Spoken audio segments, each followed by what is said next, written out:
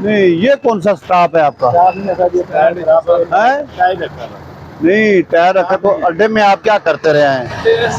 अड्डे में नहीं, अड्डे में टायर नहीं रखा। ड्राइवर को इधर बुलाओ, कागजात, अपने कागजात चेक कराए ना, उसको बताओ।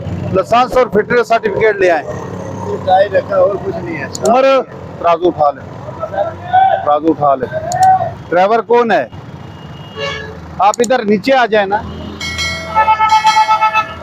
एक बस से पूरा रोड बंद हो जाता है। सर रोड नहीं बंद, हम जा रहे हैं, टाइम हो गया। सर ये टायर देखने नहीं, टायर अड्डे में चेंज करते हैं ना। टायर अड्डे से लेके आए हूँ, पंचर टायर हुआ था, पंचर लगवा के अभी रखा है। तो जा अभी आप अड्डे से निकले हैं, टायर भी पंचर हो गया है। खुद ये देखो हमारी अभी हालत देख लो, झूठ मार रहा तो फिर देख, झूठ नहीं है।